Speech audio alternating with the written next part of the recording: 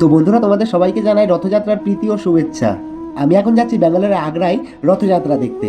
তো ছোট্ট ছোট্ট পায়ে চলতে চলতে আমি বাস স্ট্যান্ডে পৌঁছালাম। তো বাসে উঠে আমি বাইরের দৃশ্য দেখতে দেখতে আগ্রায় পৌঁছালাম। তো খানিকটা দূরে দেখলাম রথযাত্রা শুরু হয়ে গেছে। তো আমি রথের কাছে পৌঁছাতে দেখি সেখানে প্রচুর মানুষ। রথের কাছে এত ভিড় যে পুলিশ লাঠি চার্জ করা শুরু করলো। আমি আবার পুলিশের ভয়ে দূর থেকেই প্রণাম করে নিলাম।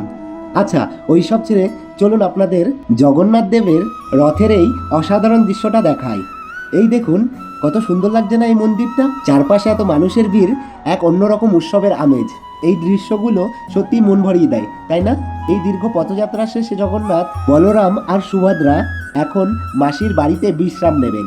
রথ থামতেই হঠাৎ শুরু হলো ঝিরিঝিরি বৃষ্টি। আমরাও যাতে ভিজে না যাই তার জন্য পাশে একটা দোকানের ছাতার তলে আশ্রয় নিই। বৃষ্টিটা কমতেই আমি এদিক ওদিক তাকাচ্ছিলাম, আর তখনই চোখে পড়লো এক অদ্ভুত দৃশ্য।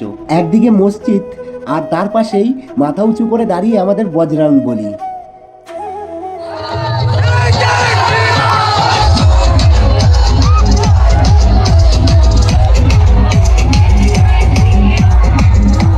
তো বন্ধুরা, আজকের মতো এখানেই শেষ করছি।